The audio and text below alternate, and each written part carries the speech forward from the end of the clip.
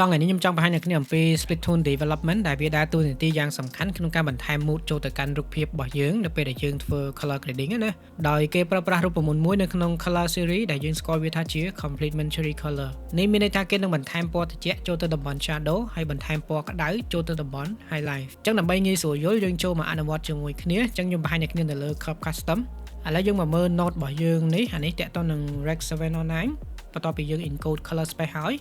បន្តមកទៀតអានេះតាក់ទងនឹងការដែលខ្ញុំបានធ្វើ color grading មួយចំនួនហើយអញ្ចឹងអ្វីដែលខ្ញុំចង់បន្ថែមគឺតាក់ទងនឹង split tone នឹងឯងតោះអញ្ចឹងយើងចូលមក curve របស់យើងមកអញ្ចឹងនៅក្នុង curve នេះខ្ញុំគិតថាគ្នាយើងពាក្យច្រើនគឺគាត់បានដឹងហើយតាក់ទងតំបន់ shadow mid tone ហើយនឹង highlight នៅលើហ្នឹងណាអញ្ចឹងខ្ញុំអត់បង្ហាញទេនៅកន្លែងហ្នឹងអញ្ចឹងអ្នកគ្នាមកមើលនៅកន្លែងនេះយើងឃើញ y នេះគឺវា stand for luminance តាក់ទងនឹងពន្លឺណាហើយបន្តមកទៀតវាមាន RGB នេះ R នេះគឺតំណាងឲ្យ red ហ្នឹងគឺវា opposite ជាមួយនឹង cyan មានថាពណ៌របស់វាគឺវាផ្ទុយជាមួយនឹងពណ៌ cyan ហើយ green គឺវាផ្ទុយជាមួយនឹងពណ៌ magenta ហើយចំពោះ blue គឺវាផ្ទុយជាមួយនឹង yellow អញ្ចឹងអ្នកគ្នាត្រូវតែចាំវាតាក់ទងនឹង main color របស់យើងនៅក្នុង color wheel ណាអញ្ចឹងយើង back ទៅក្រោយវិញដោយអ្វីដែលខ្ញុំបានបង្ហាញគឺយើងនឹងបន្ថែមពណ៌ត្រជាក់ចូលទៅតំបន់ shadow ហើយពណ៌ក្តៅចូលទៅតំបន់ highlight អញ្ចឹងយើងដឹងហើយ shadow គឺនៅតំបន់នេះអញ្ចឹងខ្ញុំចាប់ដើម clip វានៅកន្លែងនេះមួយ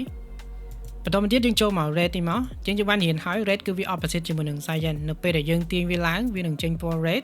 ហើយនៅពេលដែលយើងទាញវាចុះគឺវានឹងចេញជាមួយនឹង cyan អញ្ចឹងគោលដៅរបស់យើងគឺយើងចង់ឲ្យតំបន់ highlight គឺវារៀង warm អញ្ចឹងយើងទាញ red របស់យើងនេះឡើងមកបន្តមកទៀតយើងចង់ឲ្យតំបន់ shadow របស់យើងគឺវាត្រជាក់អញ្ចឹងខ្ញុំទាញ red នេះកន្លែង shadow នេះយើងទាញវាចុះមកអញ្ចឹងនៅពេលដែលយើងទាញកាន់តែខ្លាំងយើងឃើញតំបន់ shadow របស់យើងគឺវាឡើង cyan មកនេះតោះណាអញ្ចឹងយើងកុំទាញវាខ្លាំងពេកយើងយកមកល្មមមកបន្តមកទៀតយើងចូលមក channel blue របស់យើងអញ្ចឹងយើងដឹងហើយ blue គឺ opposite ជាមួយនឹង yellow នៅពេលដែលយើងទាញ blue ឡើងគឺវានឹងចេញ blue ចេះប៉ុន្តែគោលដៅរបស់យើងគឺយើងចង់ឲ្យតំបន់ highlight គឺវា warm មែនណាវាក្តៅអញ្ចឹងយើងទាញ blue របស់យើងមក yellow មកនេះទាញចុះមកវាចេញ yellow នេះឃើញទេអញ្ចឹងយើងឃើញតំបន់ highlight កន្លែងអាវរបស់យើងវាចាប់ផ្ដើមចេញជាមួយនឹងពណ៌ warm មកនេះគេយើងទាញកាន់តែខ្លាំងវាចេញកាន់តែខ្លាំងតោះណាអញ្ចឹងយើងយកវាមកល្មមមកបានហើយបន្តមកទៀតនៅតំបន់ shadow គឺយើងចង់ឲ្យវារៀងត្រជាក់អញ្ចឹងយើងទាញ blue របស់យើងឡើងមកវាចេញ blue មកនេះឃើញទេនេះអញ្ចឹងខ្ញុំយកមកល្មមដែរចុងក្រោយគេគឺតាក់ទងនឹង green ឈរនៅលើ green មកអញ្ចឹងខ្ញុំទាញវាឡើងលើបន្តិចយើងដឹងហើយនៅពេលដែលយើងទាញឡើងលើវាចេញ green ចេះឃើញទេអញ្ចឹងខ្ញុំយកវាបន្តិចមកបានហើយខ្ញុំទាញ shadow របស់វាចុះបន្តិចមកអូខេអញ្ចឹងយើងមកមើល before